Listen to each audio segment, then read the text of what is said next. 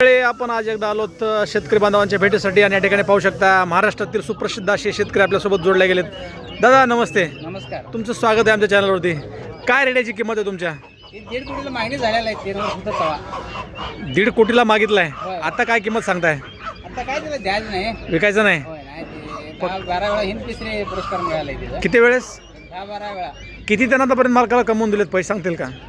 आता काय 50 लाख भर तो कमवून दिला शेती. 50 लाख भर कमवून दिलेत. किती एकर शेती तुम्हाला?